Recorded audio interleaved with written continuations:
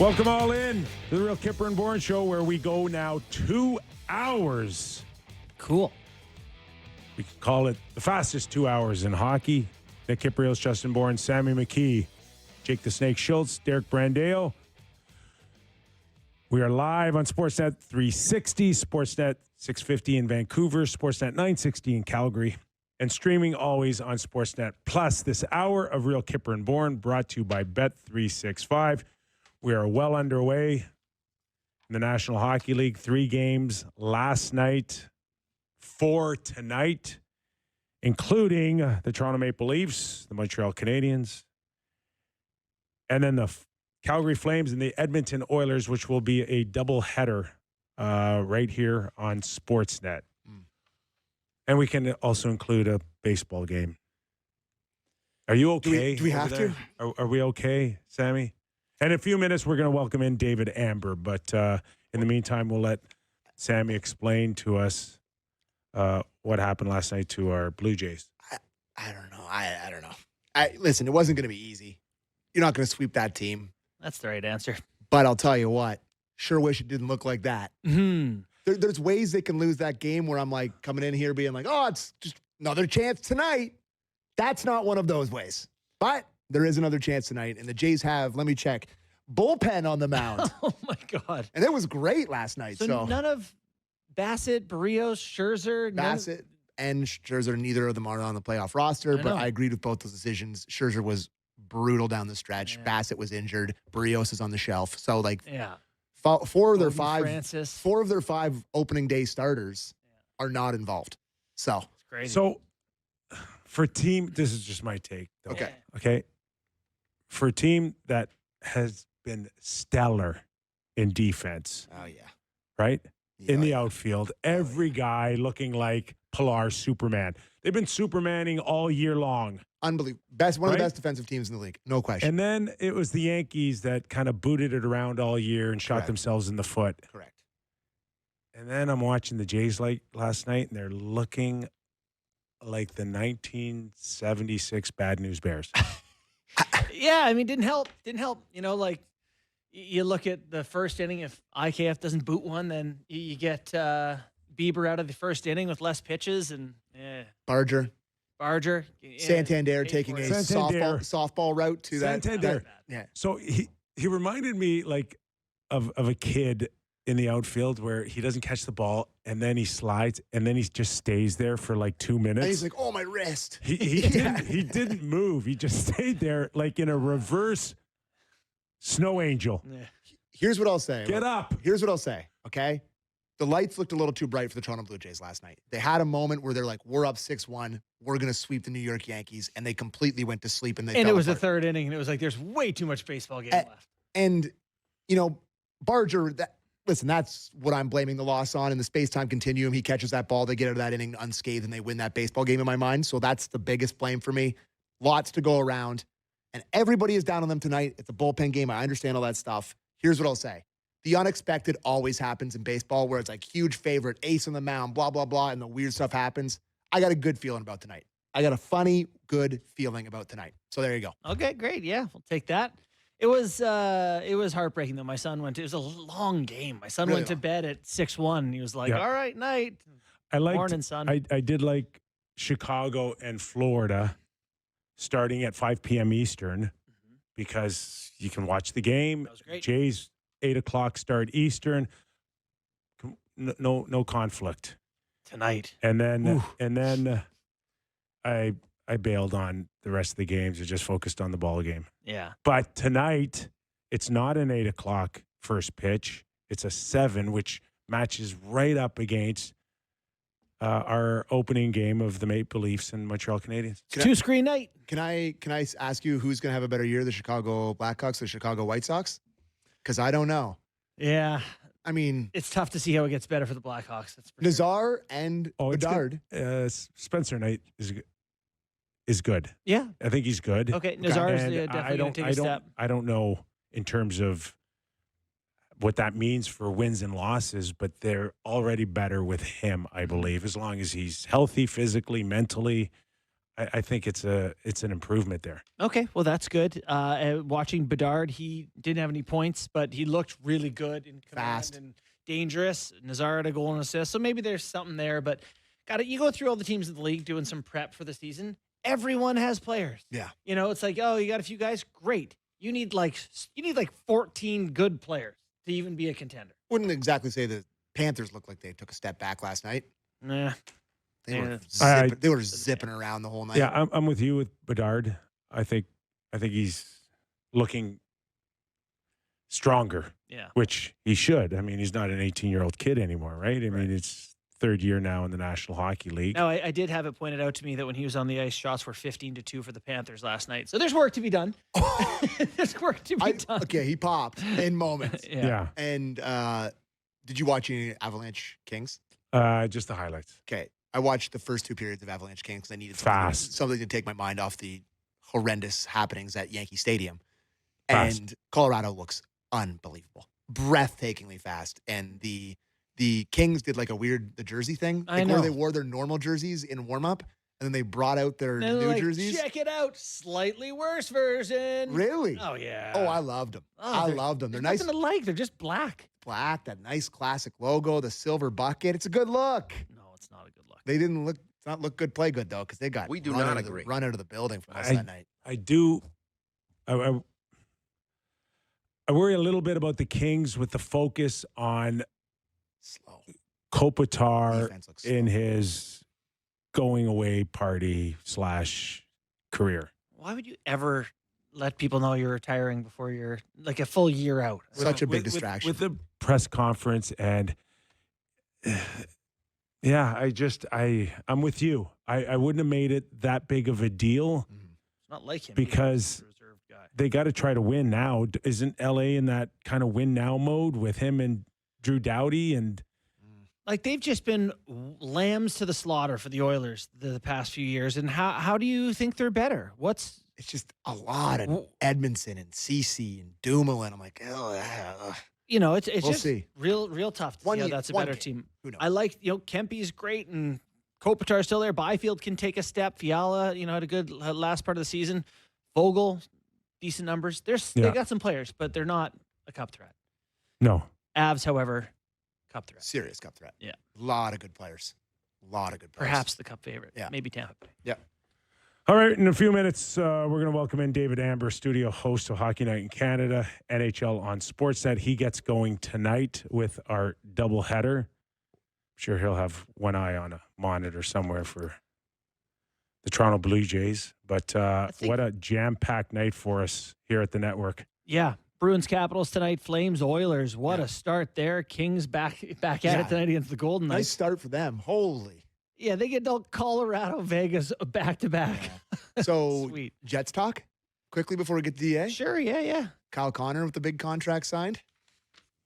8 years, $96 million, $12 million per. A lot of signing bonuses and a rare no move clause, which they don't give out a ton of. No, they don't. And it just seemed like they had this salary structure or cap within a cap. Mm-hmm. This was the one Canadian market for sure where we're going to have to do things a little bit different. And Scheifele bought into it. Connor Hellebuck, of course, that ultimately at 8.5, I think, a year and a half ago, maybe. Yeah. And then Kyle Connor just comes out and just takes it right to, this is the going market. This is Rantanen. This is Marner. And now it's me. And Winnipeg goes, yep. Like, for sure. And it is. That's the price. Right? Yeah. Okay, that doesn't feel like a major change in the organization's kind of mindset or philosophy. To me, it's like inflation. When you go to the grocery store and a year later bread is $1 more, your choice is to pay $1 more or not get bread. Yeah, Doritos cost $9 for 2 bags. All right, plenty more to dissect on the signing in Winnipeg with Kyle Connor. Let's bring in our first guest in terms of first time on the show this season. Not first ever because he's been on the past. We're lucky to have him. Let's bring in David Amber. Now, you know, we do amazing work here on features. But last year, my favorite feature by country mile was on David Amber and the day in the life of David Amber. Did we do that? Oh, yeah, we did it. Sorry, I missed it. And for those of you that don't have stills right now, this is David. David was answering the door at a hotel, and then they took him in the gym, and these are leg lifts. I'm embarrassed of my body. Look at these leg lifts. Oh, here's a closer look at the leg. Oh, look at the calves look amazing. Amazing. And I think push-ups were involved in this feature, David. And then they showed you kind of trying to get Corey Perry to notice you in the hallway. Enough, Kyper. Yeah, it was awesome. It was awesome. I was walking into a roast here. Oh, my Hey, goodness. no. What was it? Now, I've always wanted to ask you, do you combine upper body with lower body? I do. Kyper, well, let's get on the squat rack. I know you're trying to mock me here, but I'm comfortable. No, I'm not mocking you. No, I'm not. Yeah, you know what? I'm trying to stay as fit as possible. Buddy, you look amazing. Only mentally keeps me sane. I only do this because I'm incredibly jealous. Yeah, okay. That's What you the guys only doing? reason. How are you? Good. You guys have a good summer? So, will you be tested for this season, or are you like the players now where you don't need physical testing anymore to start the season? Drug testing? Or just No. Are you jacked? Are you ready to go here? Besides, your amazing pecs. Yeah, and I'm ready to go. I was like Sammy. I was glued to the set last night watching the Jays, and selfishly wanting them to win to sweep away the Yanks, and also very selfishly hoping they'd win so we'd have double our audience tonight for Scotiabank Wednesday Night Hockey. What can you do? It might be friends and family appointment viewing, but it is a really compelling doubleheader tonight, and Toronto, Montreal. And there's so many storylines with both these teams. You talked about Winnipeg. We don't have Winnipeg on the air tonight, but we also have Edmonton, Calgary, and really excited to see, Dustin Wolf in his second year, how he's going to perform. And obviously we want to see what's going on with Edmonton, with the newly, minted situation with Connor McDavid. That all quiet downs now. So listen, there's so many good things to see. And of course, we're going to see the Mitch Marner debut with Vegas tonight as well. Another game we're keeping an eye on. So there's a lot going on, and let's get right at it. This preseason seems like it's gone on forever, hasn't it? It's world record length. It is. And yes, thank you for joining us, Dave. Good to see you again, man. So you got Toronto, Montreal to start the season off. That's awfully exciting. I think all of us are looking forward to that. Two teams that both made playoffs and have high expectations going into the year. You are a perennial Canadian team booster, rooting for our Canadian teams. Where do you see Toronto and Montreal compared to their seasons last year heading into this one? Well, Toronto, we have to wait and see. I mean, Mitch Marner is a world-class player, and without him, how is their offense going to go? They were dead last in the league in goals by defenseman last year. They clearly need more from their back end to make up for the loss of Marner. The one thing I'll say, though, and talking to Craig Berube, is this feels a lot more like the type of team he likes to coach. And that's not a knock on Marner. Obviously, he'd love to have superstars there. But, I mean, as you guys just pointed out, they're the biggest team in the NHL, 6'2", 210. Is the average size of a player on their team. Yeah, the biggest team in the NHL. And maybe it just feels a little bit more like that 2019 St. Louis team that didn't have a bunch of superstars. It just had a bunch of blue-collar guys who could go to work. Yes, there's still Matthews and Nylander. And who are world superstars? What's that? Yeah, again? You're right. I mean, they are superstars. And you're just wondering, so is it dump and chase for like 70%, 80% of the lineup, and then the Nylanders and the Matthews get to kind of east and west it up? Listen, that's a great question. And I guess we're going to find out starting tonight. I mean, Craig Berube has been saying it's all about the process. I asked him, what would success look like this year? And he says, I don't want to get caught up in going 2 rounds and all that. It's the process that matters and doing the right things. He says, if we do the right things and learn to win games the right way, come April, come May, those are habits that just happen, and you don't have to worry about meltdowns in the 5th or 7th game or whatever. So, I think for him, he's all about getting guys to play to their limits and do what they're most comfortable doing. They add Roy, they add Joshua, right? Joshua, these are big-bodied guys. These are guys who will do, as you say, Kipper, some dump and chase and bang some bodies around.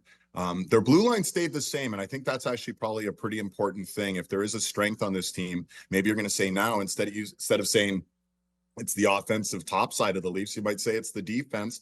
And the goaltending, we'll see what happens with Joseph Wall, but clearly if Stolars and Wall can come out and do what they did last year and both be really formidable, the Leafs might win games in a different way than they've won in the past. There won't be as many track meets and 5-4 games, but there'll be a lot more 3-2 and 2-1 games, and that might suit, Craig Berube and his staff, pretty well. So that's the storyline with the Leafs. We don't know what to expect because, very few times you see a superstar leave a team in this fashion, really still at the peak of his prime. So what they're going to look like without Mitch Marner, we find out starting tonight. And if you listen to what the Leafs are saying, they feel there's more depth there and maybe some more versatility up and down the lineup, and that's going to have to be their strength. You're watching and listening to David Amber, studio host of the NHL on Sportsnet, Hockey Night in Canada as well.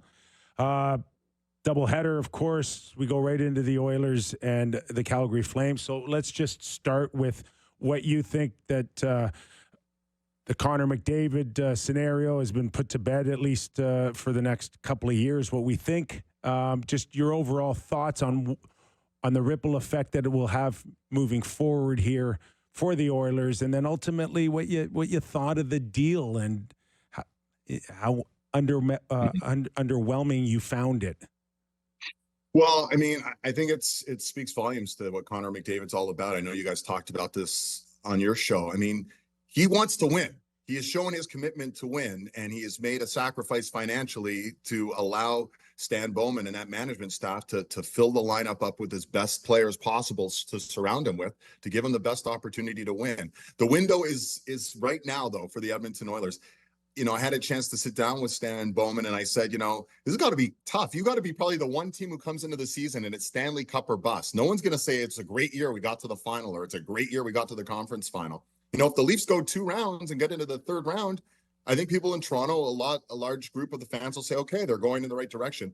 When you've been to the Stanley Cup final and lost the last 2 years, it's Stanley Cup or bust. And I think Connor McDavid really wanted to, accentuate that point by saying, I'm ready to make the sacrifices. I'm going to bring everything I can. I see this group around me. I trust this group. And when you look at the group, what did Stan Bowman do, guys? He got rid of 7 players. One thing they all have in common, they're all in their 30s. The Skinners, the Canes, the Perrys, the Arvidssons. They made a point of saying we need to get a little bit younger. And I know that sounds a little bit counterintuitive because last year they added all those guys. They added the Skinners and the Arvidssons. But I think they said, we ran out of gas a little bit. We looked a little bit slow by the final, and we needed to inject a little bit more young energy here. So I'm interested to see what the Oilers can do.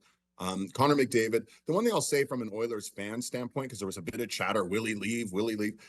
I just hope they appreciate, we're watching, you played Gretzky, you were in Gretzky's era, Kipper. And we're watching greatness here. We are watching an all-time great player. And sometimes I think that gets lost in the shuffle. And the fact that Edmonton can now say, well, whatever happens with McDavid in 3 years, we had the first 12 years of his career, in our home rink. They should just be incredibly appreciative and happy about that.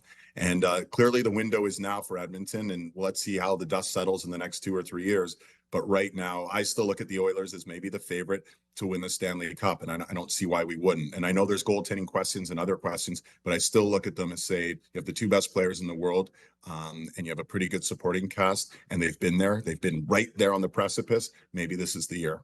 It's also particularly salient, I think, to point out to people to appreciate it, not because he's going to leave, but because when you go into a season going cup is all that matters, you don't want to not care about the season. There's 7 months of fun hockey ahead, watching these guys, and obviously elite special players. So yeah, the Oilers going to be fun to keep an eye on.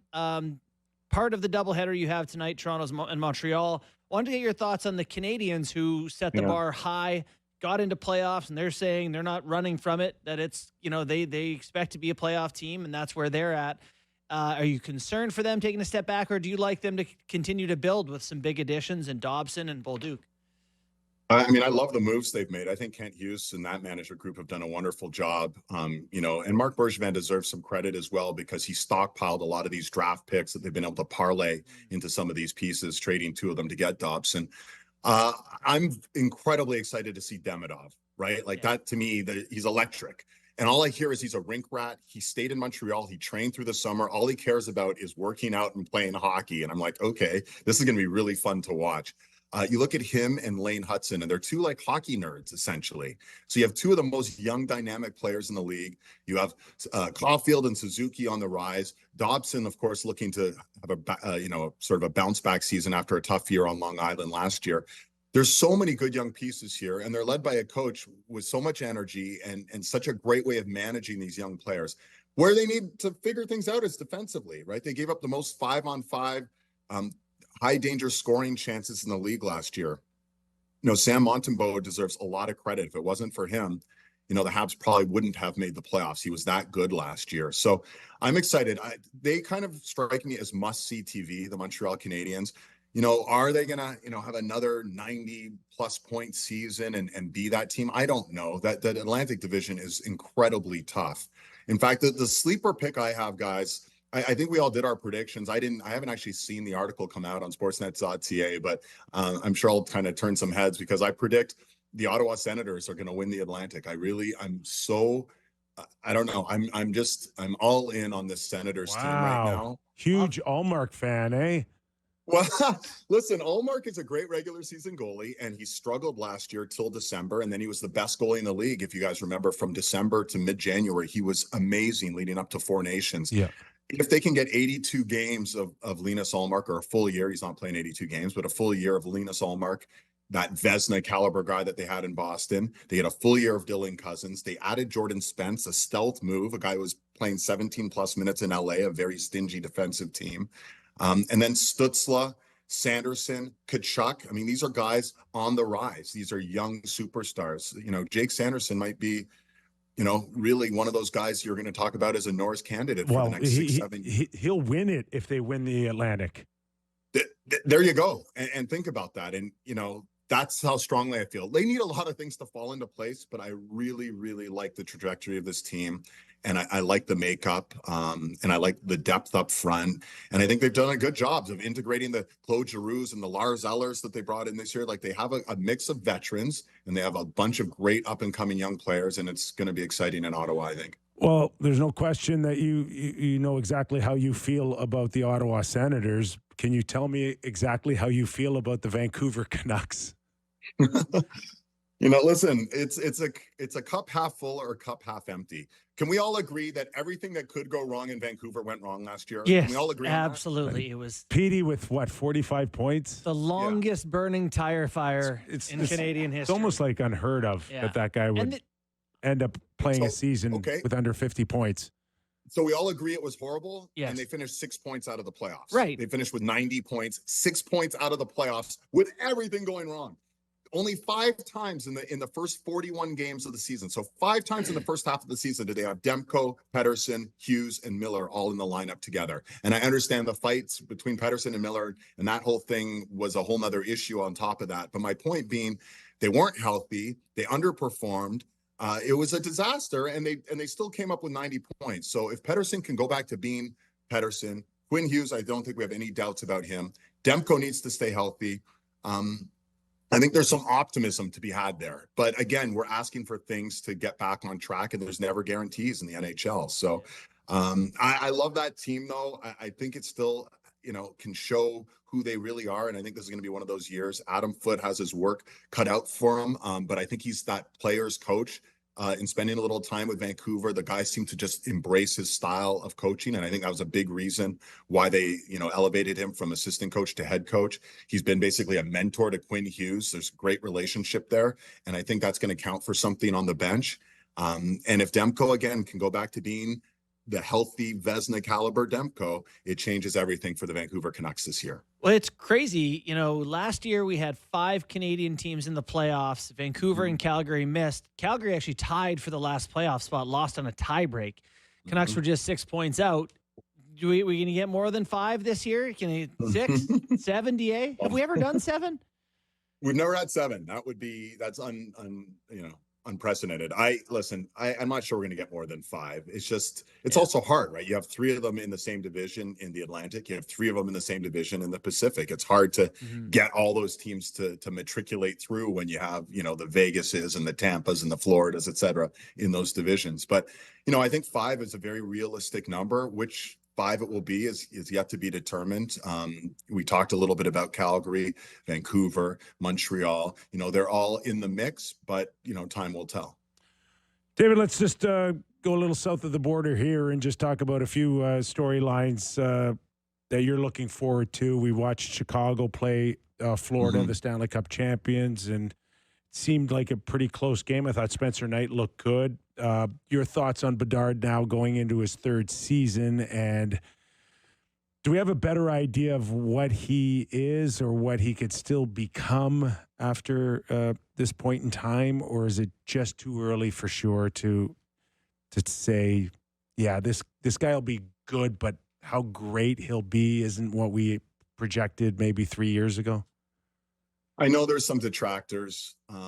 One thing I'll say is his heart is where it needs to be. Everyone I've talked to said all he worked on all summer was his skating, which was his big sort of, part of his game that needed some work. He seems like he's dedicated clearly to being the best version of himself he can be. He just turned 20 years old. Like we keep forgetting. Right. He's been in the league 2 full years, but he's just stopped being a teenager. So I think I have the utmost confidence in Connor Bedard, and I think he's going to be that prolific 50-goal guy. Is that going to happen this year with the group around him? Probably not, but I could definitely see him taking a step to 35 to 40 goals. That wouldn't surprise me at all. And Nazar being this good, young, unheralded player, he finally maybe has a running mate there in Chicago, someone he can work with a little bit, because it's been hard. He's been a little bit on an island, and I think we can all agree Kyle Davidson, hasn't done a great job in insulating him. In a draft 2 years ago when it could have been Demidov or could have been one of these other great offensive players, he kind of went with a more stay-at-home defenseman and Lev Shinov at the number 2 pick. And I do wonder 5 years from now how we're going to go back and view that 2024 draft where it was Celebrini and then a group of players, and Demidov looks like he's going to, move his way to Celebrini status. But I wonder if that will come back to bite Chicago or not. And it's too early to know all these things, but it just would have been nice for him to have gotten a bit more of a running mate, someone he can really play off of. And maybe Nazar will be that guy this year for Chicago. So it's too early, Kipper, but at the same time, I'm still buying Connor Bedard. Are you guys not feeling it as much as I am? I am. No, I am too. I think he can get skating. I totally believe that you nailed it, that he is very capable to hit that between 35 and 40 range, which this year? Yeah, this year. Oh, yeah. And on this team, like you said, for me, the disappointing part is they don't even have he doesn't even have anything close to what maybe San Jose has already. You look at Eklund there and Will Smith and who's the other young guy they got there? Yeah, Celebrini. Celebrini with him though. I mean, they've got another one there too. I'm forgetting, but they got Michael Misa. They took second overall. Yeah,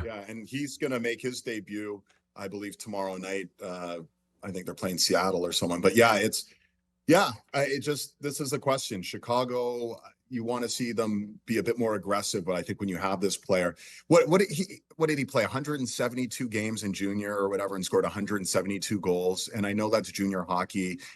Kipper, you were a prolific goal scorer in North Bay. I get that, but we saw him at the World. Listen, we saw him at the World Juniors, right? Yeah. Like set records. Yes. And those are against the best players in his peer group. I'm not giving up on Connor Bedard at all. And I think anyone who is prematurely doing that, they got to get him some guys who can think the game the way he thinks the game. He's still a one-shot scorer. There's not many one-shot scorers there. Guys who don't need to be given a ton of time and space. They just need the puck on their stick in a spot they're comfortable in, and boom, it's in the net. He's one of those guys. So, DA, one thing I give you a lot of credit for, and I give you credit for many things as a wonderful host, but one of the things is that you will make a real prediction, a bold prediction, whatever, and the Ottawa one is bold. No, listen. You liked Columbus a couple years ago. You put your money where your mouth is. You I've thought given you a lot of money. You thought Quinn Hughes would get 100 points. It was very close that year. You're pretty good at this stuff. So when these predictions come out, are there any others that we need to know about that people are going to go, really? I've got a bold one coming out tonight on our show, and I will probably be laughed right off the set. So I'll leave it. That'll be Okay. appointment The viewing. cliffhanger. It's a bold one. Listen. I don't know. I mean, this is what I love about the NHL, though. There's 10 teams you can make an honest argument that they'll win the Stanley Cup, and you can make a smart argument for And probably usually 10 make an teams. argument for the 11th one. That's usually your MO. And I feel we're going into the season again with 7-8 teams legitimately who are saying we are expecting and wanting to win the Stanley Cup and making concerted arguments towards that. And that's what I think's fun. The salary cap isn't perfect by any means, but it does keep some level of parity. I'll go as far as to say I don't think the Florida Panthers are going to three-peat. So Okay. I don't know if that's bold. I think that's bold. Okay. They've been doing pretty good for themselves. It have. all starts tonight for you, pal. Toronto Maple Leafs and Montreal lead the way here. What time is the pregame, and who's on the panel with you this year? So it's 6:30 tonight is our pregame, setting up Toronto, Montreal, and then Edmonton, Calgary. It's going to be tonight, Elliott, Colby Armstrong, Luke Gastick. But it'll be a sort of a mixed bag. Sam Cosentino obviously is going to be prominent there. Jennifer Botterill will be on as well. So it depends on everyone's schedules and week to week. But tonight it's Colby, Elliott, Luke, and myself, and we're pumped. Night one of at least the Canadian teams, the NHL on Sportsnet. Here we go. Good luck, man. Have a great year. Well, we traded you in for Carolyn Cameron. I think it's a great trade for us. But, we had to make that move. Yeah, we had to make that move. We needed to get younger. I got to tell you, we just needed to get younger. And more skill. I'm going to miss you guys on the Leaf Regionals, but obviously I'll be watching, and already I've seen you guys started out in the first 3 Sportsnet telecasts. So far, so good. Carolyn is like me, but professional. Without a doubt. But we still love having you on this show, bud. Thanks for doing this. Anytime. Yeah, anytime. That is the lovely and talented with amazing calves, David Amber. We're getting to the gym, Kyper. All right, buddy. Sounds good.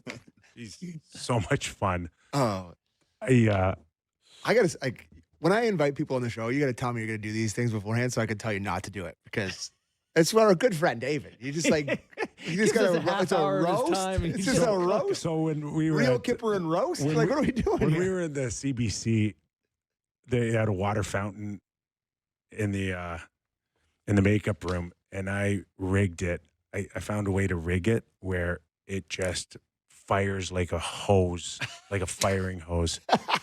And then, so he went to go press it, and he jumped like 10 feet back, and I videotaped it.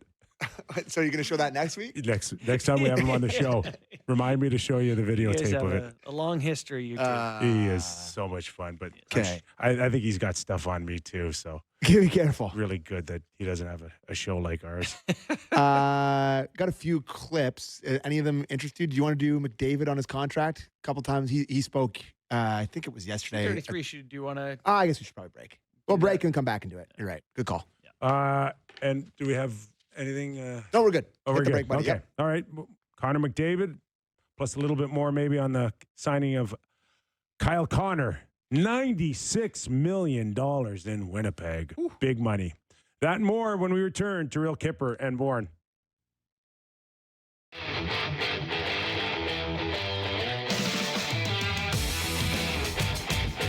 A reminder that this hour of Real Kyper and Bourne brought to you by Bet365. Nick Kyprios, Justin Bourne, Sammy McKee in for our full first 2 hours of the season. Correct. I was listening to some of Connor McDavid's scrum today from yesterday about his signing his contract, and I found a couple of the clips somewhat interesting from it. So there's 2 that I cut. The first one, he was asked just, I think, his general feelings about the contract. If we want to play clip 1, please, Derek. I guess it's a unique situation. Just, we weren't going to sign a long-term deal, so 2 years at that number makes a lot of sense. Gives us a chance, as I said, to extend our window here in Edmonton. Lenny's not going to go hungry with that money, so we'll be fine. So it's about winning, and that's always what I've preached. And so I think this deal gives both sides what they're looking for. Okay. And Yeah, I didn't like his last line. Okay. Both sides what they're looking for. That's not what the Oilers were looking for. they were looking for 8 times they max. they want him to be an Oiler for life. Yeah. Do you think they'd have gone 8 years times whatever number he would have said? Whatever. Yeah. Whatever. We'll worry about it later. And the second clip was basically like what changed, what we've been asking about and what we've been talking. And this is really question. fascinating. So clip 2, please, Derek. Well, I think obviously not wanting to be a distraction plays a factor. It's a lot for guys to have to come in here and answer questions for other guys. The coach to get asked about it, the GM to get asked about it every day. So nice to get it out of the way. No one's got to talk about it anymore. That obviously plays a factor, and then obviously just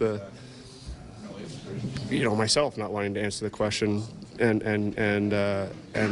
giving the Oilers some clarity on what's going to go down.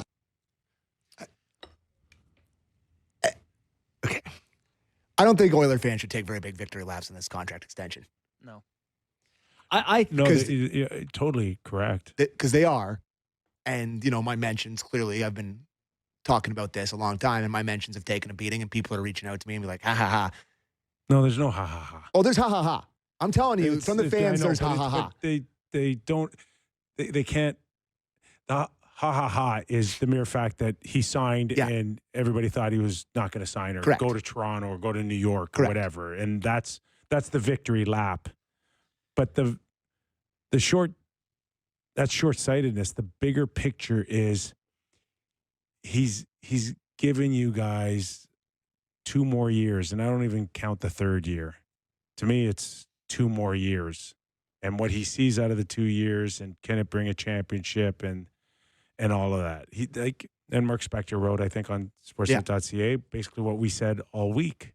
They're on the clock. Mhm. They're on the clock. This is a message to the management group that I don't envision being here 4 years from now, and I'm not ending my career here unless you guys step up and Yeah. we all step up together and win a championship. But What if I think they that's win in great. the second year? Well, that's it. I think it's great for a superstar who prioritizes winning a cup to operate this way. I think he looks around the league and says, "Where do I have the best chance to win a cup?" And he's on one of the 2 or 3 best teams. So he says, and there's no definitive answer to right. that. And so he's on one of the few teams that has a chance. So he says, I want to be here. And what would take away from my odds of winning a cup is if whole year, this black cloud of interviews and when are you leaving and why haven't you signed? And he's Captain Humility. He doesn't want to bother anyone. He just wants his chance to win the cup this year. I got to tell you, listen to his scrum. I make fun of him for being Captain Grump or whatever, but the amount of respect I have for this guy is just unbelievable. Oh, God. Like that. I mean, taking that contract and giving them that break. I know it's only 2 years, but he's given them now over a decade of his career here. He's committed. I just taking that much less. It's what a lot of the all-time greats do. But he's a Canadian guy. He's going to be playing for Canada at the Olympics. I love the guy. Everything he said, I'm just it's amazing. You got to give him huge credit. And I know the PA probably hates it and all this stuff, but on surface there's a lot level, of people that hate it from the mere fact that too bad. He did what he wanted to do. It is too bad for he's those allowed people, for sure. And it's his call. Yeah. It's his life. It's his money. 200, 225, 250 in career earnings. He doesn't really care. No. So he said Lenny's not going to go 100. That's his dog, by the way. but Oh, is Yeah, that you know, Lenny? but That's but great. it's not for everybody. Totally. It's not for everybody. And there's a lot of people that I've talked to that said it's not good. It's not good for our league to have the best player in the world not taking what he's due and what is rightfully his. I understand they're upset, but it doesn't matter because he Of course, it doesn't did matter. But I I know. also disagree with that. It's everyone, when you sign a contract, including us at our jobs and other people at their jobs, you prioritize what's important to you. Yeah. And he got what he wanted out of the deal, which was the freedom to move if they don't win. It's unique, right? It's unique. It's not a domino effect. It shouldn't change marketplace. No, it shouldn't. So Connor got 12 like the next day. It's but there's some teams,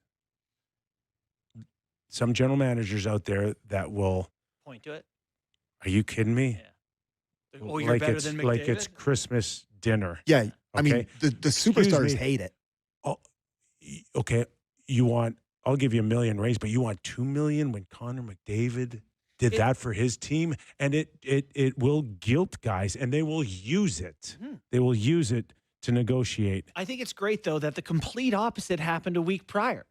So that those guys who want that can go, no, maybe I'm not McDavid, but I'm not that far off. Oh, no. Kaprizov. There's going to be... I'm $1 million or two less than him at best. There's going to be a lot of guys that are more like, you don't want to pay me? Hey, there's the beauty of the CBA. We're free agent at 27. I'll just leave. Yeah. I'll just leave. Yeah.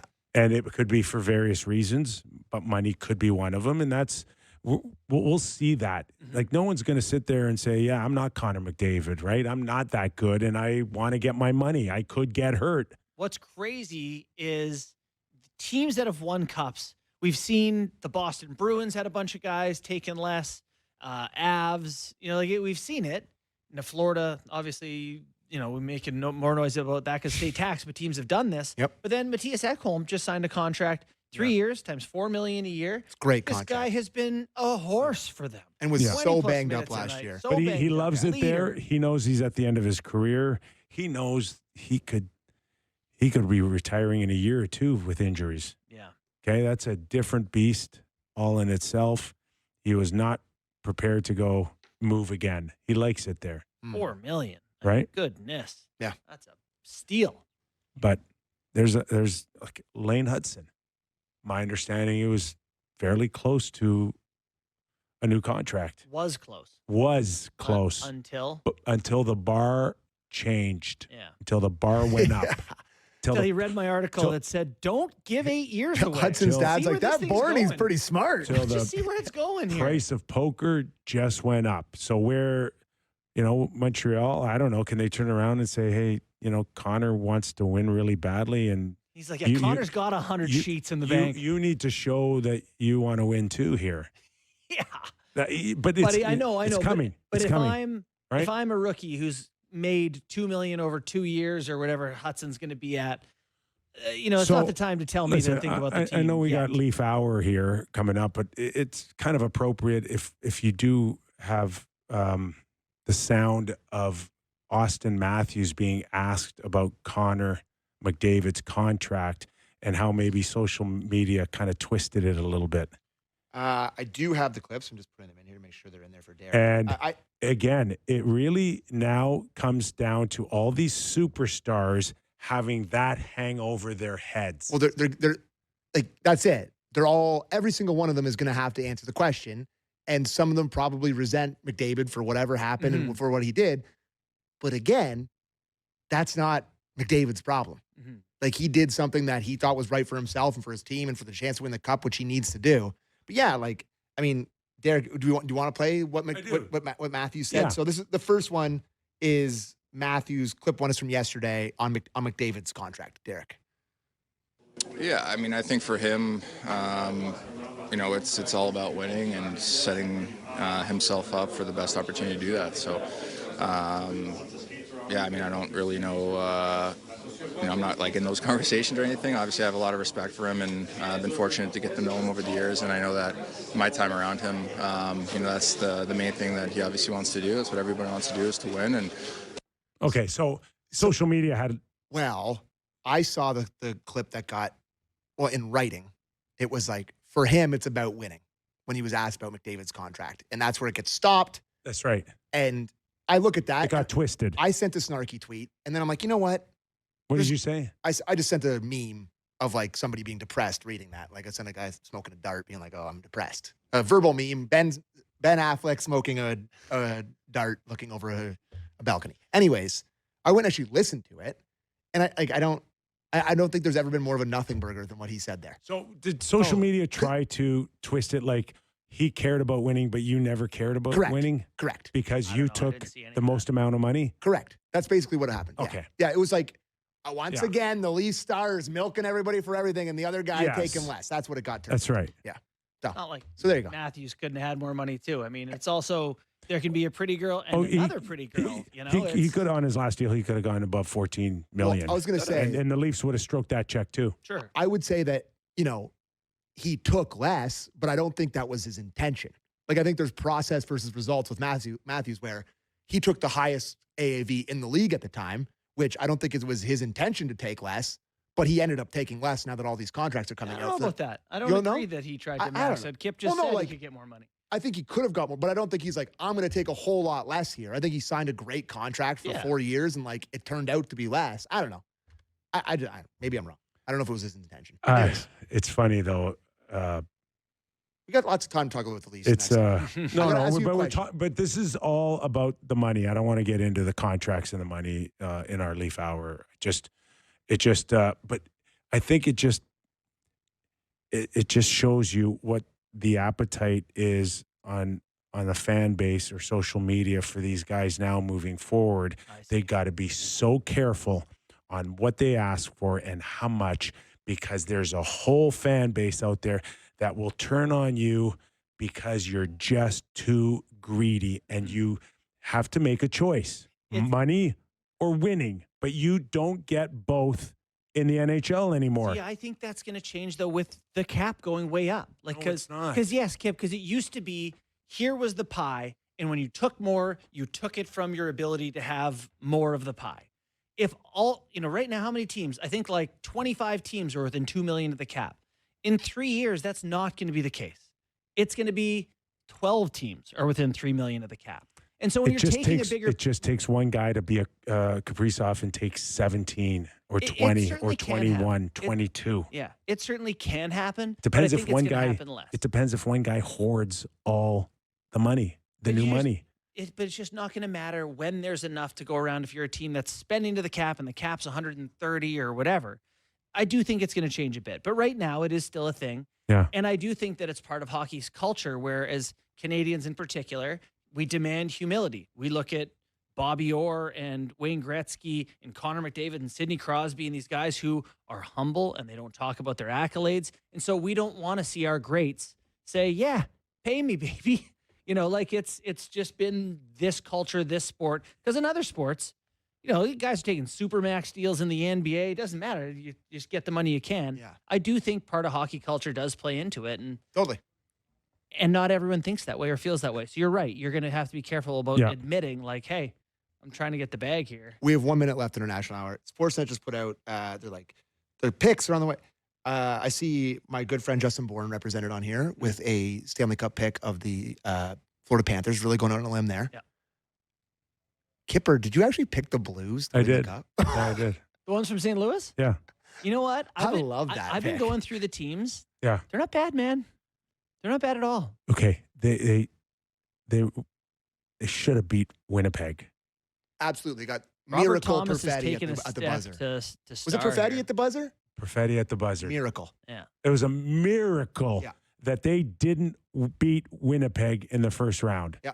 They might have got starched They would by need, Dallas. they would need an ad or two. The Blues would need an ad or two. It's an Amber Bold Yeah. Love it. But prediction. that's allowed.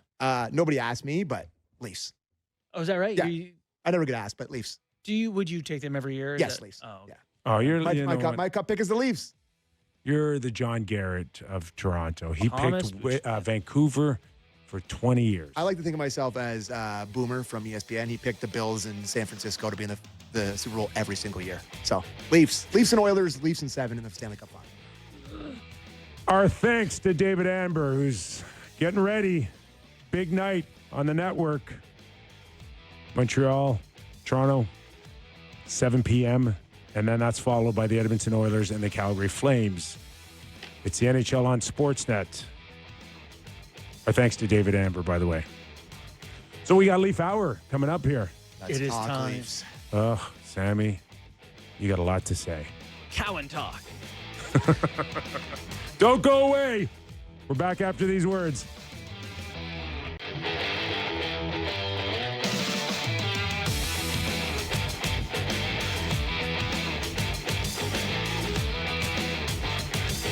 Welcome back to the studio. It's the Real Kyper Bourne Show, second hour. It is our Leaf edition. Nick Kyprios, Justin Bourne, Sammy McKee, Derek Brandeo, Jake the Snake Schultz. We are, Sammy, back on Sportsnet 590 The Fan. You got it. And we are streaming on Sportsnet Plus. Jays are really throwing a wrench into our routines, boys. They really are. Yeah. The Jays are, yeah. And this Jays. hour, Real Kyper, brought to you by Bet365. All right. Hey, It's been a while. Hey, sorry to interrupt you, Leaf hour. but I was just going to, it's still a Toronto hour. And this Gosman news has got me shook that he could potentially be available tonight in relief. Which means Trey will start game 5. Well, hopefully you don't. May I ask, you didn't think that he would be? No, I mean, everything I had heard that tonight's a bullpen game and you got go Gosman, you Savage. When we left yesterday, that's what you said. I Gosman, said, you Savage would tag team game 5. depending on result. And the fact that they let their starter go 3 2/3 yesterday and had to use their entire bullpen in a non-bullpen game. Yeah. I think that kind of changes the outlook for things. Sure does. So I don't know. We'll see. They're trying to keep it as close to the vest as they can. So maybe that's why they didn't admit it. But I think that, I don't know. What'd you guys think of the pulling Bieber? I didn't like it. Didn't like it. 53 pitches? Yeah. What about you? Yeah, I think I thought it was too a early. couple of drops, hurt him. Yeah. He was fine. And I also Too early. don't like their pen that much. So I was on the side of it was the right call. And then I listened to Blake this morning on Jays Talk Plus, and he's usually the analytics guy who agrees with it. And he was saying that Too early? it was 2 outs. It was Ryan McMahon coming up, who's one of their worst hitters. You're near the bottom of the lineup. You're already stretching your bullpen.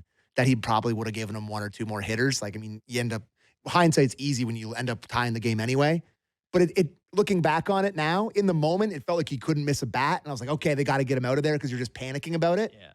But kind of looking back on it, maybe it was a little quick. I don't hate that all those guys went in yesterday and felt the pressure in Yankee Stadium Sure. through a few, and now you get another crack at The it. defense felt the pressure, that's for sure. Okay. Leafs. Outside of game 4 in New York, it's the Toronto Maple Leaf game day. Ooh. Montreal Canadiens visit Scotiabank Arena to take on the Leafs.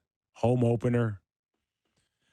From the Leafs side, Jacob Quillen has been assigned to the Marlies. Easton Cowan has been recalled from the Toronto Maple Leafs. And we're seeing a lot of movement with a lineup in the last 48 hours that I did not anticipate. Yeah, it has been more complicated than we all thought it would be. Please tell me why. Why it's this complicated? Yes. They don't like their depth. I don't know. They don't seem comfortable. Like Lawton got hurt, and all of a sudden it was like TNT dynamite to the whole lineup. Why? I don't understand. I got to tell you, there's a few things. So we'll do big picture Leafs, and I am optimistic about the Leafs this season. But there are a few things I don't love right now. I don't love that Easton Cowan is up and bag skating with the healthy scratches today at 20 years old. Like, you either play him or let him go play. Marley's open on Friday. Don't love that.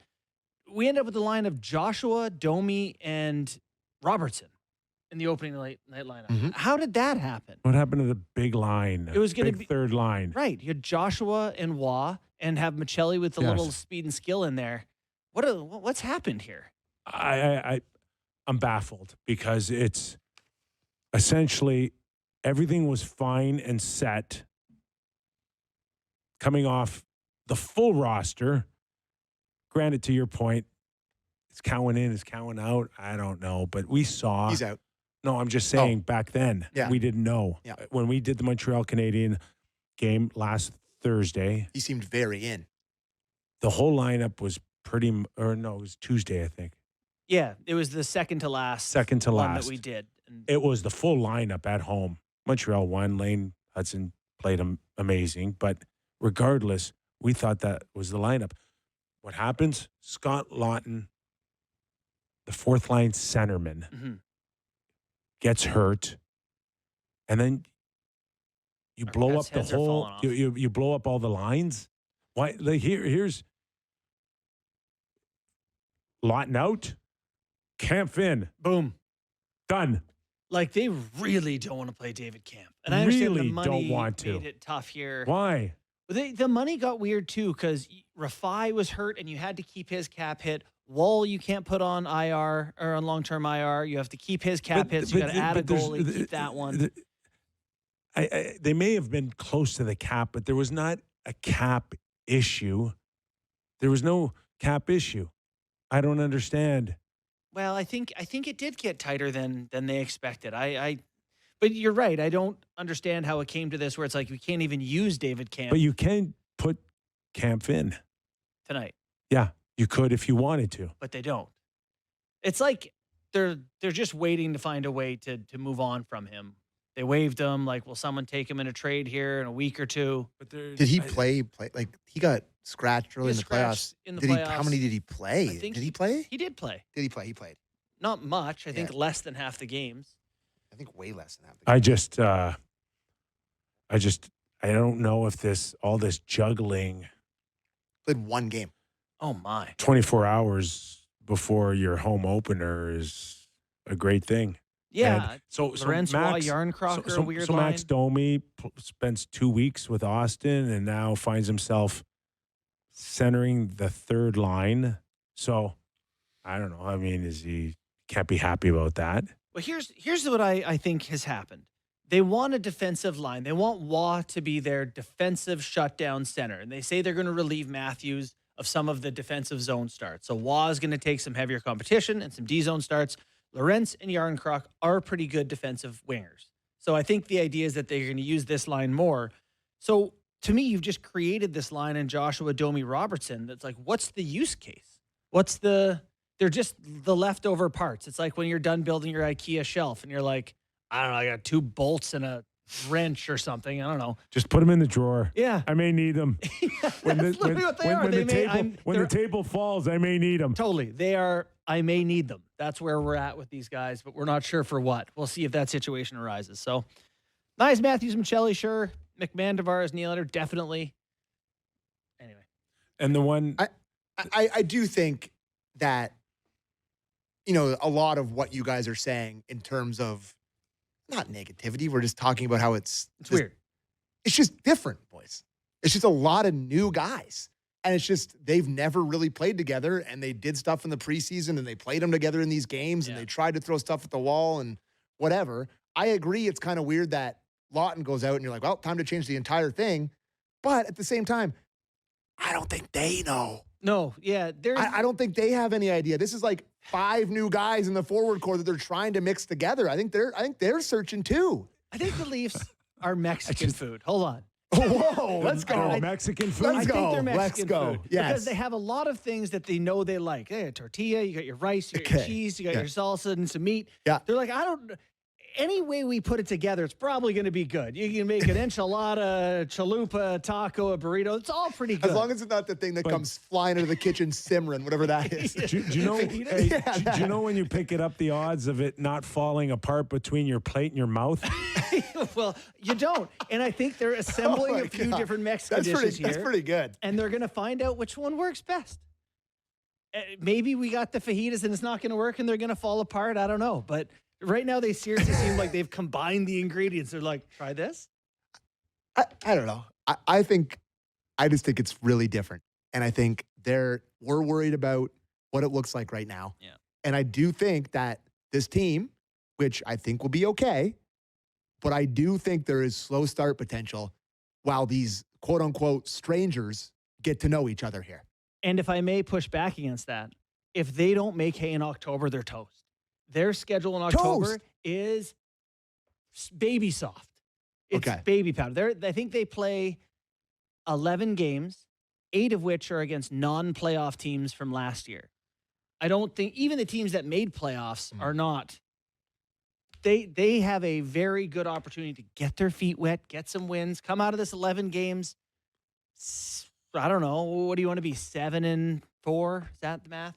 Okay, that's fair. But how about the process versus the results? Like if it looks a lot like it did at times last year where they're getting outshot, Anthony Stoller steals some gains for them, they get timely scoring. That's how it kind of looks. But maybe a little worse version of that.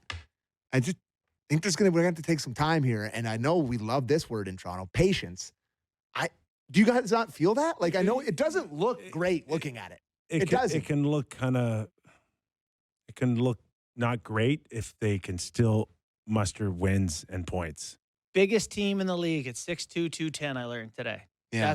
And you got Michelli and Domi and Robertson in there mucking up the numbers some. Yeah. They're big otherwise.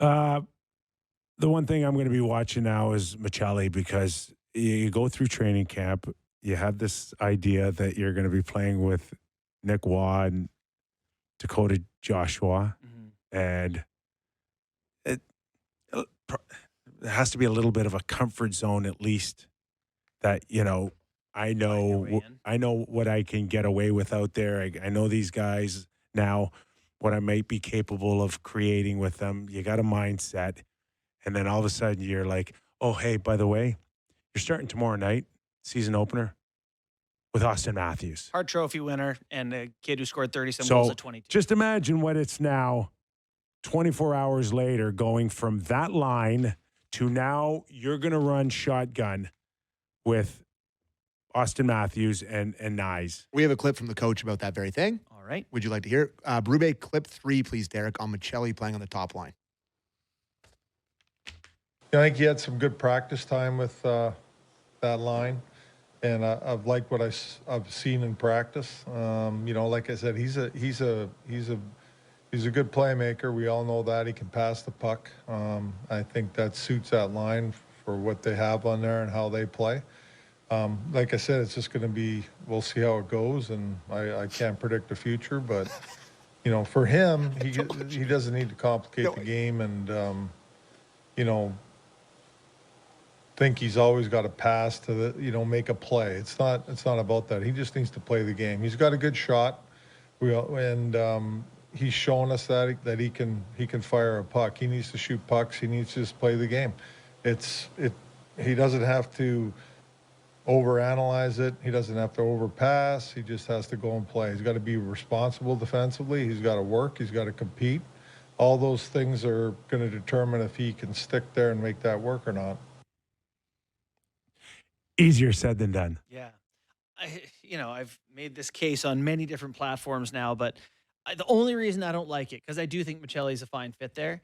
Only reason I don't like it is because what you're talking about with like pressure and status of these guys and whatever, it hasn't worked in Toronto when you've taken the new shiny toy and put it there and been like, okay, Nick Ritchie, okay, Joe Thornton. Such a Sheldon Keefe move to put him right on the top line immediately. Like, let's see who you are. And it's like, well, can we just get his feet wet, find his game a little bit, and then we'll put him up there. Like, Domi there made perfect sense to me from a let's all take some shifts out there before we try to do Michelli and Matthews. Because nothing works for 82 games, and so there'll be a stretch where it doesn't work. But, then who plays center?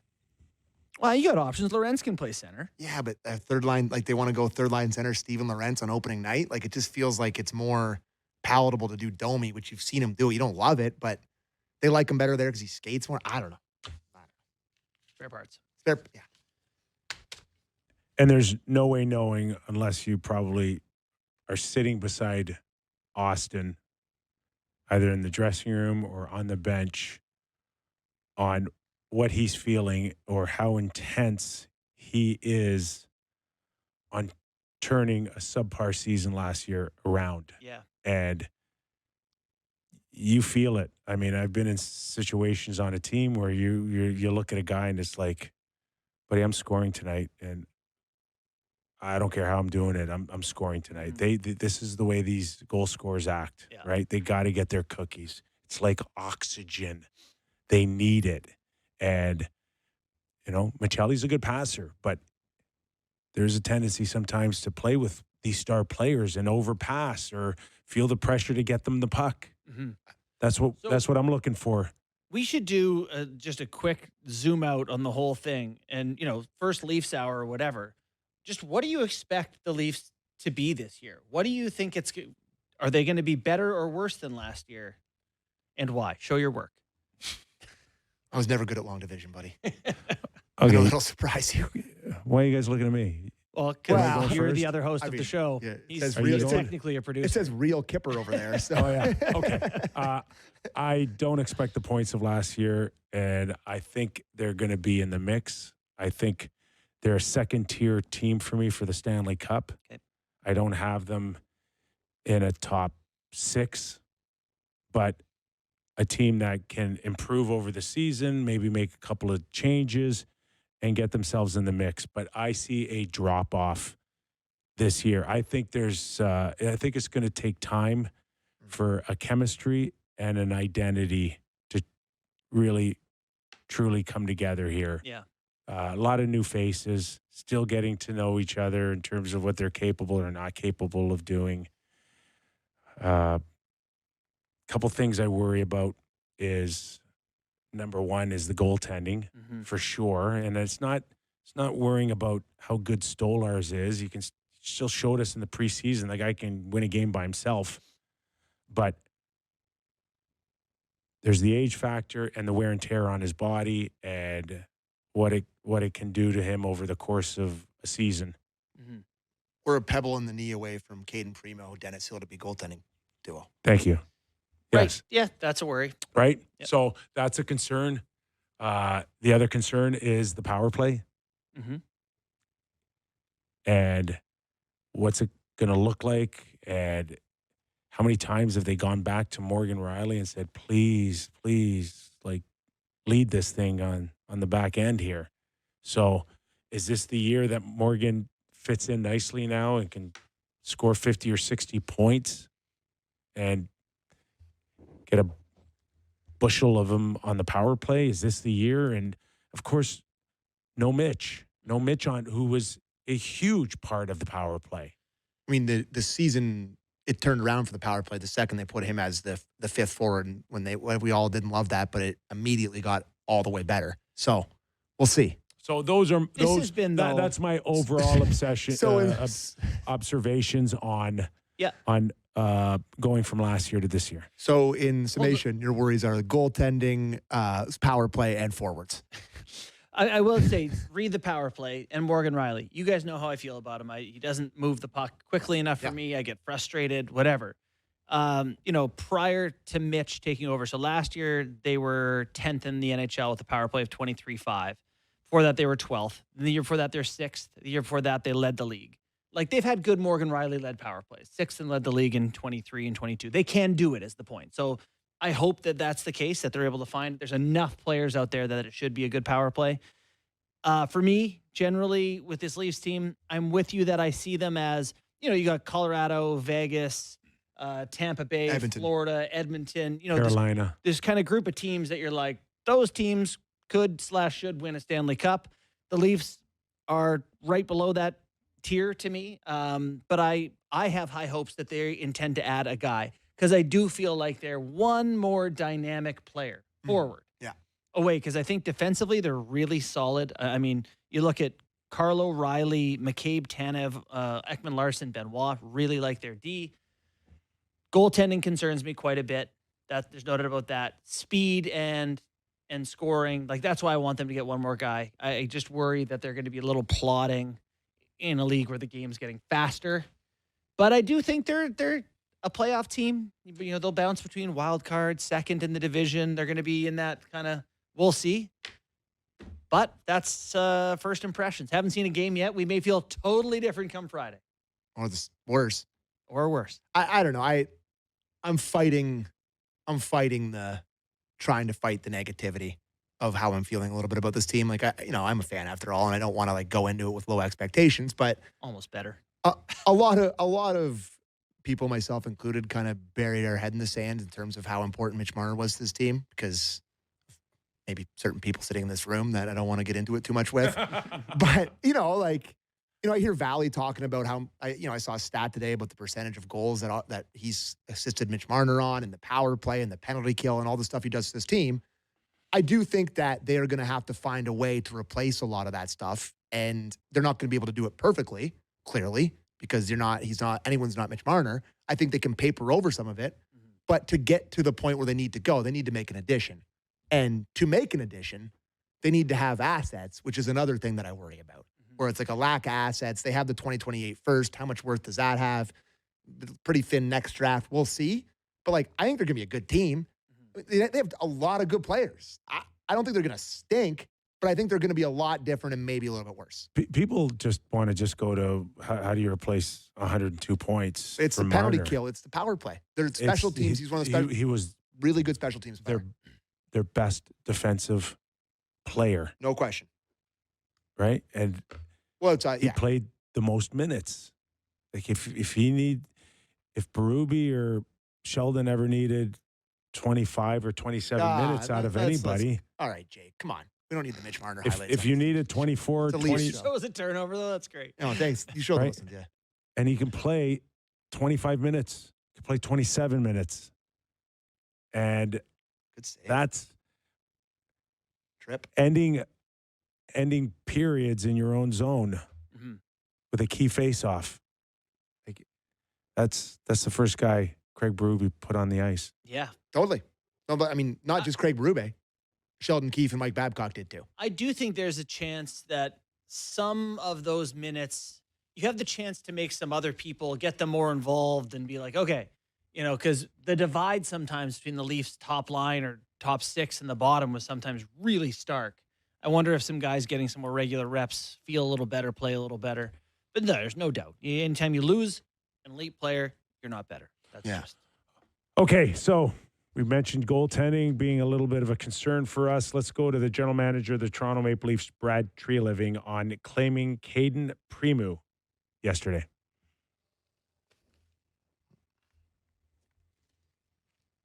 Clip one.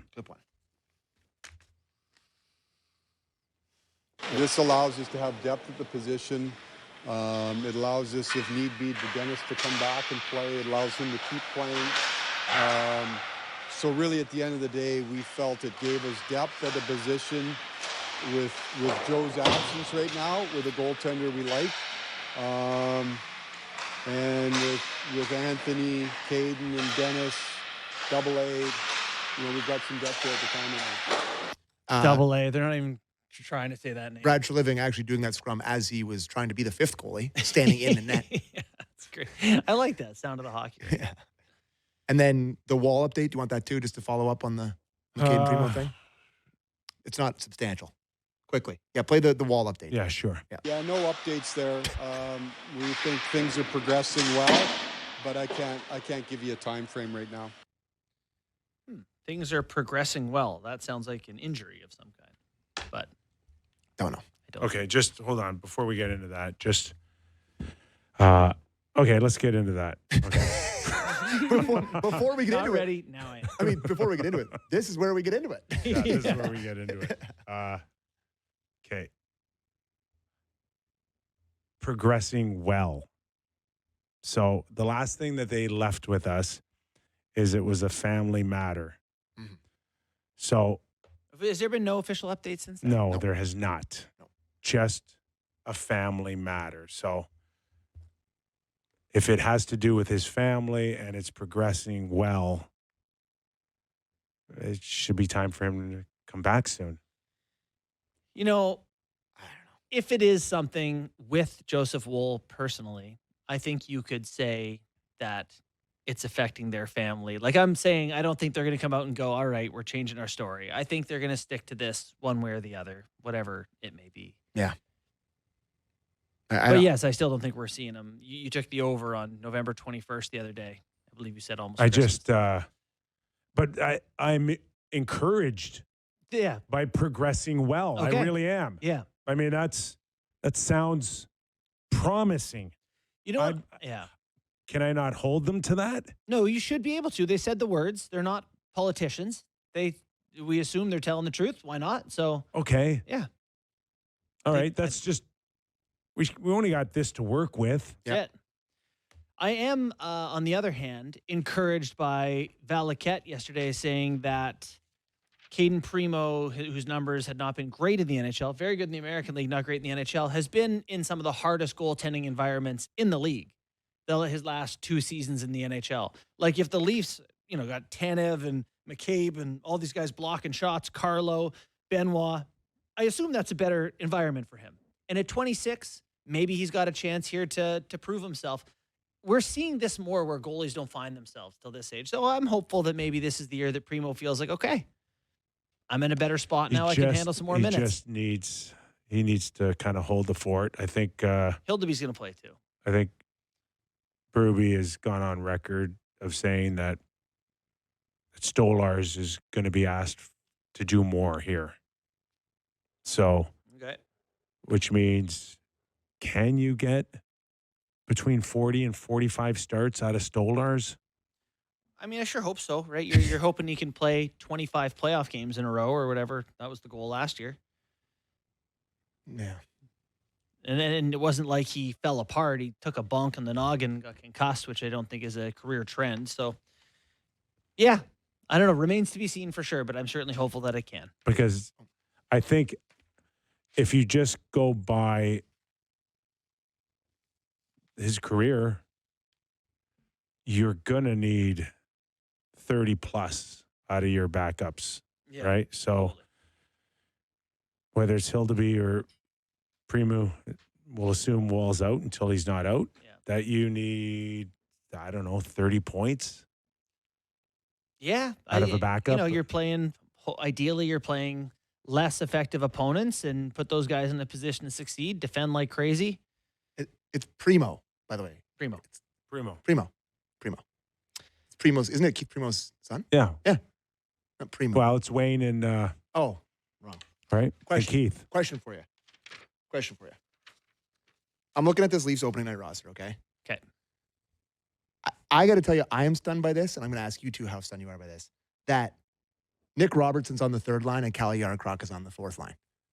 That these two guys have survived whatever we thought was supposed to happen this season, and they are both in the opening night roster. For me, is a 10 out of 10 surprise. Your thoughts on that? Robertson being in is kudos to this guy.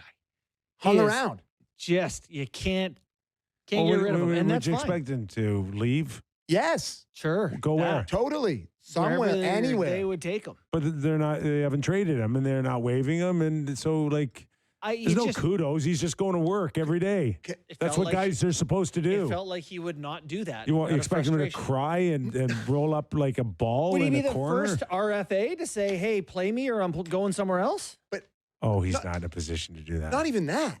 How did somebody not just say, "Here's the fourth and bye"? Like it's not so much him. Obviously, he's going to show up. Obviously, he's going to play. Maybe we worded that badly, but the surprise that he's still on the roster for me is crazy. Yeah, crazy. Not for you. He may play 60-some games again. Maybe 82. It's just they can't find a place for him to play. Yeah, they can't. And we had Free John last week, and he said that part of the reason he thinks that he's still maybe around is because they're worried about what happens if they trade him away, and maybe he's going to be an embarrassing guy that like lights it up. Oh, but get over that. That's what he said. But if you think, but somebody told like you said, I Freach think that. That's what someone in the Leaf organization said we're scared. I don't know. That you're Freach said that to us embarrass last week. He said Well, that you to us assume that someone told Freach that. I don't know, Kipper. Regardless, They said that to me at a dinner. Who would like? Is that the way we guys go on and just find different chemistry somewhere else?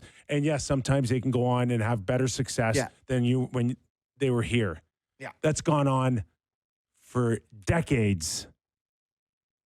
But now Elliott tells us they're worried about Nick Robertson actually having success somewhere else. He might have success here if they're not careful. They keep putting him in the lineup. Oh, geez, he scored 20. It's the most ridiculous thing I've ever heard. Okay. That Nick Robertson is still a Maple Leaf because we're scared he's going to go score 20 goals somewhere else. I don't know. I'm just telling. I'm not the messenger. Don't look at me like that. I don't think. You are the messenger. I meant to say. We should kill him. I don't know what I meant to say. Okay. Anyways. Do you want to play? Do you want to play Berube on Robertson? Yes, we talked about of it today. course. Let's go. Clip 2. Berube on Robertson. Well, I think a lot like he did last year. I think if you look at him during training camp, the effort and the ability to score a goal when we need it. He scored goals throughout camp. Is his work ethic, tenacity. He's just a noticeable player. You know, he came in and worked extremely hard and played well. Deserved to be on the team. There you go. Can't beat that. Yeah, just does this forward core look like a mix between Treliving and Dubas to you? Because that's kind of what it looks like to me. Well, just a few smaller guys mixed in. Well, no, with just like it's like the old version of the Leafs versus the new version of the Leafs. Like it's like a combination. Just feels like a kind of a forward core that's stuck between This is eras. like where the two ocean currents meet almost. Yeah. Yeah. Anyways, Here's to hoping that works out. Nick Robertson still trying to find his way, and by all accounts, Yarn Krok had a very good camp and looks healthy and fast. Is this lineup to you? If the Leafs needed to play the Florida Panthers like Tampa did on the weekend in their exhibition game, could this lineup do that? What does that mean, though, Kip? Like, I don't know. What's Just- we know we're going into a street fight? That's Kind of different thing. than Yeah, like Tampa did. I mean, I'll give you two answers. They're physically big enough to do it. Yeah. They don't have the mentality of fighters. They have huge guys who aren't angry. So this is just a lean on me lineup. I don't know. I don't know. what that means. That means that we're not necessarily fighters per se. Totally. You But look around the league. we'll be big and heavy, and we'll lean on you. There are guys, Anthony Mantha, Nick Bustad. I don't know what to There are expect. guys in the league who are 6'6" who don't want to punch people. Yeah. And that's Matthews. Nyes did it a little bit last year. I don't think Joshua wants to fight. See, I don't think Nyes- Lorenz wants to fight. I don't We think got Wall wants excited to when fight. Nyes did it in Vegas. Yeah. 'cause We got really he's excited. and also did it punched the against. guy's face. He also did it against Who- Pittsburgh. Yeah. Gordie Howe hat trick. I didn't beat the crap out of somebody in Pittsburgh against Pittsburgh. It's a nice backhand. But also, he's a guy who's had head issues. And I don't want Joshua's him doing fought. it either. Joshua's fought. Yeah. Not much though. Neither- Carlo's big, and he handled his business pretty good against someone in A lot. LA. I wouldn't say. I mean, he stood in there for a few good ones. He did great. Yeah, he stood in there. McCabe willing to go. Yeah, that was. Benoit, Superman punched someone last year. They're okay. They're okay. He fought the guy that was the UFC fighter's brother. That's right. Malott. I guess we'll do game time and then we'll do the Cowan conversation after the break. All right. It's game time, presented by Bet365. Visit the app for latest odds and find out why it's ever ordinary at Bet365. Must be 19 plus. Ontario only. Please play responsibly. I was thinking about doing a nightmare parlay for the Toronto fans tonight, just for a little bit of a mini happiness hedge. Nightmare, did you say? The nightmare Just parlay. be happy to The root night- for your favorite nightmare- teams. the nightmare your two parlay- favorite teams on the planet play tonight. The nightmare parlay. So a Yankees Canadiens parlay. This is my nightmare. There you go. You parlay those two together. They pay plus 281. So a nice little happiness hedge there if you're a Leafs and Blue Jays fan watching tonight on your dual screen. Just give me the individual numbers for those two. The Yankees are minus 180 favorites tonight. Minus Massive 180 favorites. And the Montreal Canadiens are plus 145 in Montreal. So, in Toronto, sorry. So they're a big underdog. Kenny Reed in studio. Hello. Oh, hey, what's up? Thanks, pal. And then, Oh, we're distributing copies. oh boy. Here, give me one of these. Let's face it to the camera. Ken Reed, the next one. Look how cool. We're all super excited about this. Kenny's been telling me about it. Best-selling author of Hockey, Hometown Hockey Heroes. Thanks, Kenny. And on yours today. Bet365, as I'm looking here, thanks, Ken. There's a Ovechkin thing, like just an Ovechkin category. And I guess the special is who he scores his 900th goal against. So the Lightning are plus 500, Minnesota Wild plus 550. It obviously all has to do with the schedule. But if you want to bet on when Ovi How scores many his- away? Can I be Three. such a hater here? Three. Three, right? 897. Who cares? Who do you know that cares? Not me. Oh, it's another round number. He's He's got the most in history. He already Great. broke the record. I don't care. That's a big number. Yeah, It's but amazing. so was It's a big- 897. That's the It's biggest a big one. round number. Yeah. Yeah, it's like, 899 is amazing too. Yeah. So was 901 and 902. All right. Who's this for? Anyways, that was game Not the time. book. Anyways, you can go to Bet365 and bet on it if you want. That was game time presented by Bet365. Visit the app for latest odds and see why it's never ordinary at Bet365. Must be 19 plus. Ontario only. Please play responsibly. Nice job, Sammy. Okay, Thank you. we'll take a quick break, and when we return, plenty more as we help you tee up game day, Maple Leaf edition here. Toronto Maple Leafs, Montreal Canadiens. Doesn't get much better than that. When we return to Real Kyper and Bourne.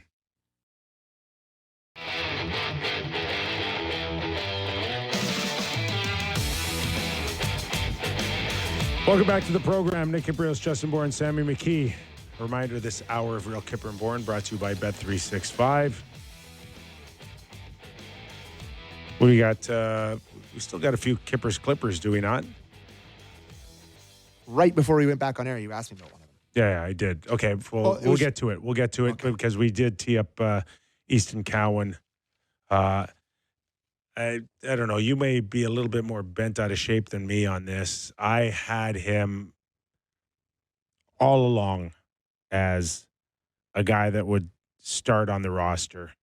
He's not starting tonight. Right. But I'm okay with that. But right? why? Because it's still a big deal for a guy coming out of junior hockey to make an NHL team. It's a lot. It Participation trophy. seems a Congrats. little. No, it's not. He's good. He's good. I know he's really He's good. good. It's I not. know. They're not gifting him anything. Okay. Yeah. I mean, Let's hear the coach talk about it, then we'll come off that. Clip 1 on Easton Cowan. Relax and play. Just go play, you know. So he won't be playing tonight. Yeah, but he's up here with us, so we're great. We're happy about that. He's here. You know, like I talked before about Easton, you know, we don't want him sitting out. We want him playing. But we chose tonight that he will not play. okay, so he's going to play. This is like a night one, could be crazy against Montreal. We want to get a win tonight. Got to get a win. Put our playoff best foot forward here, and then we'll break the kid in and start kind of like he's going to play Friday 100%. They play Friday, right? Saturday. He's going to play Saturday for sure then. Like if they want him to play, you can't I bring would him think up he's I don't know if you just don't overthink about the weekend until you get through tonight. Mhm. But I would think that if he's up, he's going to see some action before he goes back down. And this is a team that is in dire need of youthful enthusiasm. Exuberance, if you will. Okay, they need it. A lot of teams. I agree. A lot of teams. We're seeing a lot of first-time NHLers now coming in. Montreal is the youngest team in the NHL coming in tonight. So I think it's important that he's around it. If he's not playing, he's around it. So, okay, don't start him. I get it. Jan Krok comes in. He can kill a penalty. He can forecheck. I don't know if he gets 10, 12 minutes tonight. We'll see where Nick Robertson is. I bet they play that line. I bet you they move him up by Who's the end that? of the night. Yarncroc. Yeah. But Yarncroc. I think they see that as the third line. They have it listed as the fourth line, and typically everywhere you see it because Domi is typically a 3C or whatever. But Laurent Waugh Yarncroc is a much better line than Joshua Domi Robertson. So I think they'll play 14 minutes. I think this is a situation of a coach where this is a media market. This is a market that loves shiny new toys. That is a prospect-hugging fan base that always gets excited about new guys. I think this is a disconnect between the fan base and the coach in terms of so you're just going to have him here. Rubin doesn't look at him as top prospect guy. He just looks at a guy that can contribute and help him win here and there or whatever. But in reality, all Leaf fans, this is going to be a question every single day where it's like, when's Cowan playing? Where's Easton at? Where's this? Where's that? This is going to be a storyline if he's in and out of the lineup every night and he's playing and he's I not don't playing. think it's any different from any other team, albeit Disagree. in there's Toronto? Well, of course, there's 100 questions on Easton Cowan compared to one in Columbus. Yeah. But it's still a scenario that all teams have to deal with. I just think it's so much easier. Not unique. If you're not going to play him, No. just start him with the Marlies. But your point is right that it's not unique to teams, and I think yours is more about the coverage of it or yes, whatever. exactly right. But I do wonder for Cowan, if next year, in the middle of next season, his sophomore season, will he be a better player for having been with the Leafs all year and played 50 times, or having been with the Marlies for their whole season? I think if teams or I actually don't know scouts the can definitively answer that, then we're in a different world. Right. If I had those answers, Right. I would not be That's here. always the $1 million question is how much is physical, mental, and emotional from here on in when it comes to developing a young player like this? Yeah. I personally have no doubt that the more you handle the puck and play and become Yeah. the man and all that, the better. Yeah. But I He's think, not going to sit long. But and also, Kip, it can be a bit of both, right? Like he can stick around the team for the first 6 months and get a feel of being a pro in the systems and the guys and be comfortable when you're here, and then go do that. So I know that when I was around the Leafs and Marlies, they wanted to make a change from the previous administration there when it became Dubas and Keefe and those guys. They wanted to not yo-yo prospects. They just said, call them up only when it's time. And they're going to be there, and we don't intend for them to go back. I kind of like that, but we'll see with Cowan what they choose to do. I just think it's not going to be a circus. Obviously, that's too strong of a word. But I do think that all the fans are going to be like, where's Cowan, where's Cowan, where's Cowan, where's Cowan every single day. Mm-hmm. And I think that's going to be a thing. And I think it's just so easy. It's just so easy to avoid that if you're not going to play him anyway. If you're going to play him other night, just start him with the Marlins. The other factor makes so much more sense. The other factor you got to stress too here going into this Look what season. Dallas did with Stankoven. They kept him in the minors all year, and he came up. He was great. The other thing I think, and I don't know, even if we have enough time to really have a conversation on this, is lots of time. How much, like, how will this season feel differently from last season when it comes to the pressure of this organization to win now? Is it more, less, or the same? I'll start with you. I think it's less. I feel like every year we've come in here and it's been like the pressure of, oh my God, we might lose some part of the core four has always hung over it. And almost that a piece has been lost. It even felt in the past like this is sort of a evaluation of Kyle Dubas, or like this is his last stand. This is the core four's last stand. This is someone's last stand. And I believe it was Jonas Siegel who wrote a little something about that too. But this year it kind of feels like a lot of new guys, almost like a new turn of the page here. I get the impression you don't agree with that. Oh, I'm so opposite you. Yeah. Because the window to win now, like we've been in this for like 4 who's or 5 going to years. leave? They'll be here next year. A coach, a general manager. Yeah, I feel like that's there for every team every year. I don't know. No. It's not. So I believe that there's a tremendous amount of pressure on Brad Treliving and to a lesser extent, Craig Berube to keep the fan base and everybody believing that you can compete for Stanley Cup. Mm-hmm. So let's play out this scenario where they score 100 points, I guess. They finish in the top 3 in the Atlantic. They lose either in the first round or in the second round. Like, everybody gets to keep their jobs? I think it's fair to say, Kip, they should be held to a higher standard than that, right? Like they walked into a situation with a lot of talent. Like I said, here is a 40-goal scorer in Nylander and a 50-goal scorer in Matthews, and Marner was here, and he's a 100-point guy, and Tavares is here, and they walked into a pretty good scenario. So the expectations are real, and they should be held to that. And I do think it matters how it happens. Are we seeing progress? Does it feel like they've stagnated? They haven't improved upon it? That's relevant for sure. This is year 3 for Tree. I agree with you on that. I guess it depends the way it looks, but like if they lose in round 2 and they just get god awful goaltending because it's Caden Primo because both their goalies get hurt, it's So now you start next season with Stolars and Akhtiamov, somebody Hildeby, right? But like Saros, if it continues to disappoint, like how many true changes would you like to see? Like, I'm not getting ahead of myself, but my whole point in all of this is that what's at stake here? Mm-hmm. What is at stake for this season? Last season, I'll tell you what was at stake: Brendan Shanahan's job. Yep. Okay, that was at stake. We covered that. And it cost him. It also cost them Mitch Marner not re-signing. So it cost a very good player in his prime. That's the cost. I'm just saying, okay, what are the new costs I'll here? add something to the cost. Austin Matthews is no more staying in Toronto than Connor McDavid is in Edmonton if they're not good.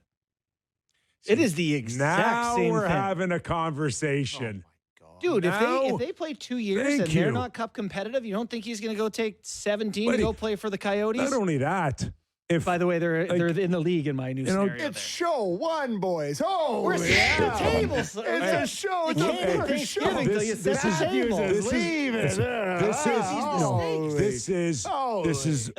Good Lord. This is a perfect conversation. It's not a conversation that we're going to have like in as soon as throughout the year. after It's not relevant. This is relevant now before the season starts I get to it. ask what's at stake They for the need to Toronto Maple show Leafs. that they are going to continually be a team that can compete for the Stanley And Cup. if they don't, could we see a retool or a rebuild or a blow up? Yeah, we're way too many pieces down the road. No, we're not. We're 8 months. We're 10 months away. Yeah. I'm telling you, they got to win Not now. yet, They no. got to win. That's my point. Is that they got to go to a conference final or a Stanley Cup final. I'm sorry. This is the year that they got to go. 3 more kicks. I'm the can. sorry. And- 3. Yes. 10 of 1, 2, 3 more years on Austin Matthews' 10 of contract. Which means you have 2. 10. You have You're going to 3. lose 10 The of third year, if You're not he's going not, to trade him. I think just let him walk 10 into the of door. is 10 of is held by Elmer's glue right now. Like he's in his prime. He's got to win now with coming. By Tanev. then, Ben Danford's going to be Okay. new Tanev. When they talk about Toronto media, this is the conversation. It's Right. the first. It's opening night. A doubleheader on Sportsnet. the future. Blow it up. Oh my God. The future of Morgan Riley's at stake here. Is this season the year that Morgan Riley either becomes still the defenseman that everybody thought, or you move off of him? That's at stake. Yeah, I think that's fair. Yeah. I think that's fair. But I mean, they There's probably a tried lot to- at stake here. He's not becoming anything. He's 31, coming up on 32. There's a He lot could of have a career year, though. You got to hope that he's young enough that he can have a career year. That would be nice. I would have liked him to have a career preseason. I mean, there's a lot at stake. It's the Toronto Maple Leafs. It's always like this. Yeah.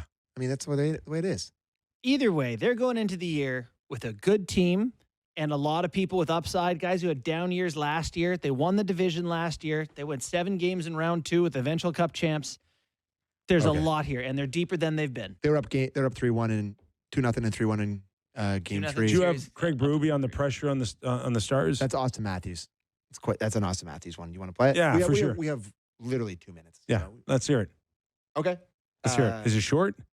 We'll cut out of it if we need to. Okay. Matthews clip 2 on Stars pressure to take less. Yeah, I mean, I think everybody's situation is different. Obviously, Get out. I didn't know it was on the contract. I thought it was on the pressure to perform. Sorry, I misread that. On pressure on star players to take less. How many goals does Austin Matthews score this year? Thank you. That's 50. where I was going to lead. 50 from producer Sam McKee. I don't think he has to get to 50, but 40 plus on a good season where he scores 100 points, 110 points would be nice. Like that. Where is your expectations of Tavares going from an $11 million player to a $4 million player?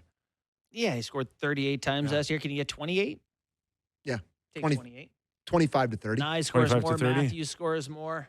Michelli has 80 points. Good to go. Ooh. 80. Joshua and Waugh could go ahead and get you Why 30 can't- between them. That'd be nice. Why can't Michelli light it up? He's playing one of the best lines He in the is NHL. talented. He's 24 years old. Buddy, He's I'm not- telling you, I'm buying stock. It could look really Wow. bad, but Funny because your first text to me was not one of a stock purchaser. about listen, my off-the-air texts don't necessarily need to be brought up here because my off-the-air text Very emotional. about the Jays last night would probably get me fired from this company. it. Yeah, You're- no, you had a tough moment there. Can get emotional. There's the music. I just got nervous about the Jays. All right, everybody. Stay glued to Sportsnet. Good night to have 2 TVs. We have like no Palatial problem with you flipping back and forth from the Jays to the Leafs. fill Enjoy you in your tomorrow. night. It's going to be spectacular. Can't wait for it. Our thanks to David Amber in our first hour. And we're back tomorrow for 2 more hours. Enjoy your night, everybody.